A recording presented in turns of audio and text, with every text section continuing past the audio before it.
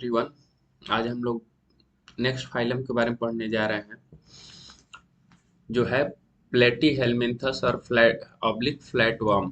Platyhelminthes को ही generally common name में हम लोग फ्लैट वर्म भी बोलते हैं। इसका नाम ही देखिए, एक तरह से प्लेटी है, चपटा हुआ एक साइड, और फ्लैट वर्म यानी फ्लैट। इसका आप देखते हैं body surface dorsoventrally flattened, hence called flatworm. Dorsoventrally या फ्लैटेंड है, इसलिए इसको फ्लैटवर्म कहते हैं। ये देखिए डॉर्सल साइड, डॉर्सल साइड का मतलब एक वेंट्रल साइड होता है और एक डॉर्सल, तो डॉर्सोवेंट्रली है तो बीच साइड जैसे कहते हैं, ऐसे कि न तो पूरा नीचे न पूरा ऊपर, बीच में एक साइड फ्लैटेन होता है आगे की साइड, तो इसको हम लोग फ्लैटवर्म कहते हैं। हैबिटेट मोस्टली इंडो पैरासिटिक होता है, यानी यह इंडो पैरासाइट अंदर पाया जाता है, किसी भी एनिमल्स ह्यूमंस के अंदर पाया जाएगा, ये बाहर नहीं पाया जाता है। जैसे कि ये कभी भी न तो जमीन पे पाया जाएगा और न वाटर में पाया जाएगा, ये ऐसा नहीं होगा। ये या तो आपके अंदर पाया जाएगा, या स्नेल्स के अंदर पाया जाएगा, या कैटल्स के अंदर पाया जाएगा। उनके किसी भी ऑर्गन में ये जाके छिप के बैठ जाएगा। यह इसलिए होता है कि यह वहां से अपने फूड के को ऑब्टेन कर सके। ठीक है, इंक्लूडिंग ह्यूमन। सिमेट्री, इसकी सिमेट्री बाइलेटरल सिमेट्री है। बॉडी स्ट्रक्चर क्या है, ट्रिप्लोब्लास्टिक है, यानी यहाँ से अब शुरू होता है ट्रिप्लोब्लास्टिक। हम लोग पिछले में देखे होंगे कि वहां तक अभी डिप्लोब्लास्टिक था। ये देखिए टिनोफोरा डिप्लोब्लास्टिक, यानी इसमें दो ही जर्म लेयर पाए जाते थे, एक्टोडर्म और इंडोडर्म, जबकि यही अब फ्लैट वर्म में थ्री लेयर जर्म लेयर पाए जाएंगे, इक्टोडर्म, मेजोडर्म और इंडोडर्म, जैसा कि मैंने आपको पहले वाले लेक्चर में बताया है। फिर एसिलोमेट होते हैं, इनके पास कैविटी नहीं होती है, ये भी मैंने आपको बताया था पिछले वाले लेक्चर में। अगर आप नहीं देखे हो तो जाके वो लेक्चर देख लीजिएगा। इसमें कैविटी नहीं पाई जाती है। मेजोग्लिया होती है, जो सेल्स तो होती हैं लेकिन वो लिविंग सेल्स नहीं होती हैं, उसमें न्यूक्लियस नहीं पाया जाता है। जबकि अगर वही मेजोग्लिया एब्सेंट रहे तो वहां पे कैविटी प्रेजेंट होगी और उसको ये सिलोमेट बोल देंगे, जहाँ सिलोम कैविटी प्रेजेंट हो। Organisation level, organisation organ level का होता है, यानी इसमें अब ऑर्गन बनने लगते हैं। सेलुलर के बाद टिश्यू बने, टिश्यू के बाद आपके ऑर्गन सिस्टम पे आ जाते हैं, तो ऑर्गन ऑर्गन बनने लगे। एक चीज है, जैसे आपका लीवर हो जाएगा, आपका किडनी हो जाएगा, चाहे डिफरेंट डिफरेंट ऑर्गन जो होते हैं, अब एक ऑर्गन में सारा काम होगा जो पहले टिश्यू लेवल और सेलुलर लेवल पे होता था। पैरासिटिक अडाप्टेशन क्या है इसका, तो इसमें हुक्स होते हैं और सकर्स हो जाते हैं, present in parasitic form for attachment to host. इसमें हुक्स होते हैं और सकर्स होते हैं। तो हुक्स जनरली कहीं भी किस लिए होते हैं कि वह वैसे पकड़ के लटका रहे, या और वो वहां पे अटैच्ड हो जाए। और सकर्स जो होते हैं वो न्यूट्रिशन को ऑब्टेन करने के लिए होते हैं। जैसे लीच आप देखे होंगे, तो क्या करती है, वो ब्लड को सक करती है, या तो एनिमल से, या कभी आप गए होंगे पानी में तो दूसरे होस्ट से ही वो अपना आपका ब्लड लेती है। ब्लड कुछ जानवरों में जनरली खाने के लिए नहीं लिया जाता है। जैसे अगर मच्छर आपका ब्लड लेता है, तो एक एडीज मच्छर होता है डेंगू वाला, उसको उसको आपका ब्लड चाहिए होता है, क्योंकि उसी में वह उसकी पूरी रिप्रोडक्शन साइकिल उसी पे डिपेंड होती है। वो आप ही के अंदर इंजेक्ट करता है उस चीज को, कि उसके अंडा लार्वा आप ही के अंदर, आप ही के न्यूट्रिशन से पलते हैं, बढ़ते हैं। इसलिए कुछ जो है एब्जॉर्ब करते हैं nutrient directly through their body surface from host. कुछ जो है वो डायरेक्ट बॉडी सरफेस से ही अटैच करते हैं, उनमें हुक और सकर्स भी नहीं होता है, वो डायरेक्ट बॉडी से। जैसे हम लोग में एक कहा जाता है अध्यात्म में, स्पिरिचुअलिटी में या किसी भी चीज में जाएंगे तो आपको कहा जाता है कि एनर्जी ट्रांसफर होती है। अगर कोई ऐसे हाथ मिला लिया या आपकी बॉडी से अटैच्ड हो गया तो कहते हैं कि कोई भी एनर्जी हो, एनर्जी ट्रांसफर होती रहती है। तो इसीलिए कहते हैं कि आपका जो सर्कल होता है, आपके जो मित्र होते हैं, आपका इन्वायरमेंट होता है, वो आपको प्रभावित करता है। इसी तरह यहाँ पे कि आप मान लीजिए अगर नाली के बगल में रह रहे हैं या किसी गंदे जगह पे रह रहे हैं, आप कितना भी अच्छा न्यूट्रिशन खाएंगे तो आप आपकी बॉडी को वो इफेक्ट नहीं कर पाएगा। जबकि जो बैड इन्वायरमेंट है वो आपकी बॉडी को इफेक्ट करेगा। आपके आसपास के लोगों के विचार कैसे हैं, उनका विजन की कैसा है, इसीलिए कहा जाता है कि आप पहले अपने माइंड को सही दिशा में रखिए और फिर इन्वायरमेंट को अपने सही जगह रहिए। एक होता है इन्वायरमेंट और एक होता है, हाँ, एक होता है नेचर और एक होता है नर्चर। ये दोनों ही इम्पोर्टेंट है आदमी के लिए। नेचर आपके आसपास कैसा रहेगा वो भी आपको इफेक्ट करेगा, और नर्चर यानी nutritions, what you had to consume you will consume, आप क्या खा रहे हैं वह नर्चर होता है। तो नर्चर आपको अच्छी चीज इसीलिए खाने के लिए कहा जाता है। लेकिन अगर नेचर आपके आसपास का खराब है, आपका नेचर खराब है, तो उसका कोई इफेक्ट नहीं पड़ेगा आपकी बॉडी पे। सो इसीलिए कहा जाता है कि इसमें भी कुछ ऐसा ही है कि ये जो है बॉडी सरफेस से भी किसी होस्ट से अपने आप को अटैच नहीं करते हुए अपना कर लेते हैं। अब यहाँ से हम लोग देखते हैं कि ये इसका साइकिल चलता कैसे है।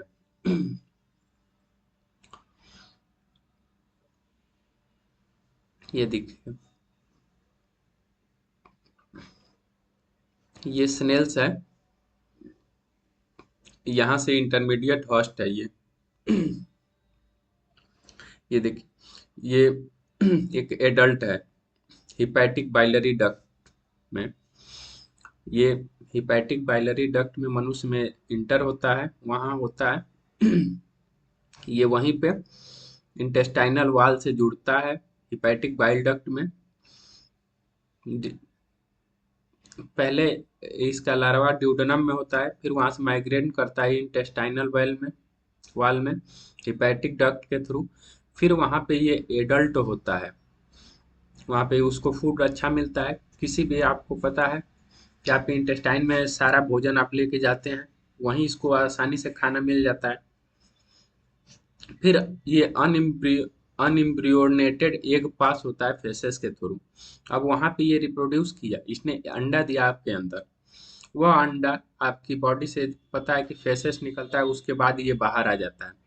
यानी ये खूब खाया पिया, वहीं पे मोटाया, और जब आदमी के पास संसाधन जाए तो वो रिप्रोड्यूस करता है, तो अंडा दिया, फिर वो बाहर आ गया। अब ये इम्ब्रियोनेटेड एग्स वाटर में आए, फिर वहां से लार्वा बना वाटर में। अब ये लार्वा, अब जिसे अंडा था तो उसको न्यूट्रिशन की जरूरत नहीं थी, अब वो हैच हुआ और लार्वा निकले।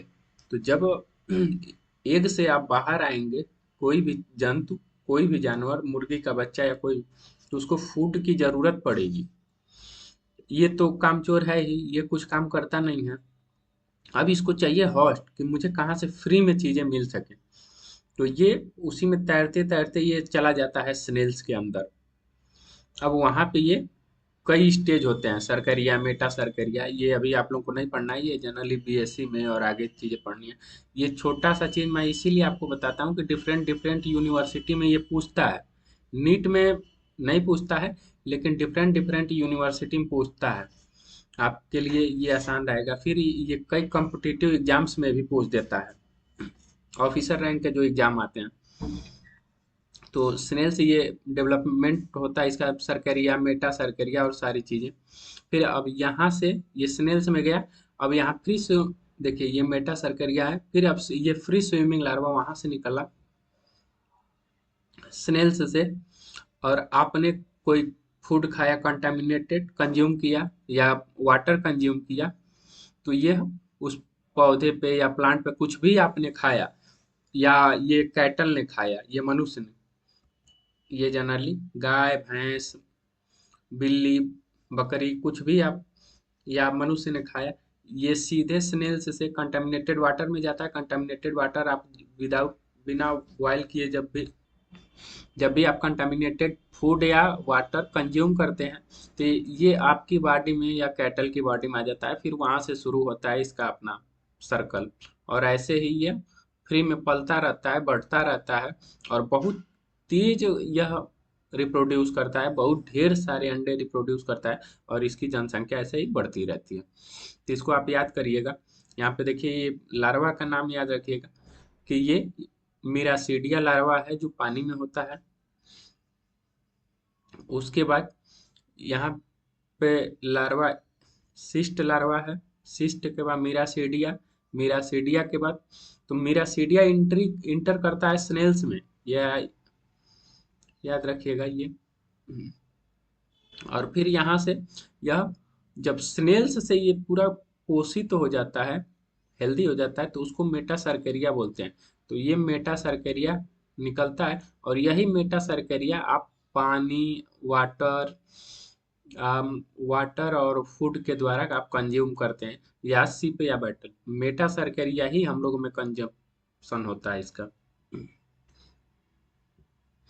अब ये देखिए इसका स्ट्रक्चर जो है, ये इमेच्योर क्लॉट, ये हुक है, हुक से ऐसे पकड़ लेता है और उसी में पकड़ा रहता है। आप कुछ भी करते हैं वो छोड़ता नहीं है, और इसीलिए पेट वोट में कभी कभी ऐंठन होता है, दर्द होने लगता है। छोटे छोटे बच्चे जो होते हैं मिट्टी खा लेते हैं या कुछ भी कंज्यूम करते हैं कंटेमिनेटेड, कहीं हाथ से, जो हाथ से बच्चे चलते हैं कुछ भी उठा के खा लेते हैं, तो उनमें ये ज्यादा समस्याएं पाई जाती हैं, और बरसात के सीजन में ज्यादा पाई जाती हैं, क्योंकि वाटर जो है कंटेमिनेटेड हो जाता है।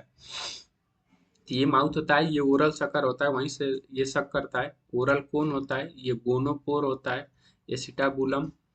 ये फ्लेम सेल्स जो होते हैं, जनरली फ्लेम सेल्स आपके इसमें एक्सक्रेशन और ऑस्मोरेगुलेशन में यूज होते हैं flame cells. Male longitudinal excretory canal इसमें है, एक्सक्रेटरी ट्रंक है, और फिर एक्सक्रेटरी पोर है। ये देखिए ग्रेविड, तो ये सारी चीजें आपको नहीं पूछेगा, लेकिन कभी कभी ये वो स्टेज पूछ देता है कि कौन सा स्टेज ह्यूमन में एंट्री करता है, कौन स्टेज ह्यूमन से बाहर निकलता है, कौन सा स्टेज स्नेल्स में। तो पहला सिस्ट जो मेटा सरकरिया जाता है ह्यूमंस में या कैटल्स में, फिर सिस्ट के थ्रू निकलता है वो एग, फिर वो सरकरिया के थ्रू स्नेल्स में जाता है। तो इस तरह। अब एक्सक्रेशन और ऑस्मोरेगुलेशन का देखते हैं। तो स्पेशलाइज फ्लेम सेल्स होता है, देखिए ये रहा आपका,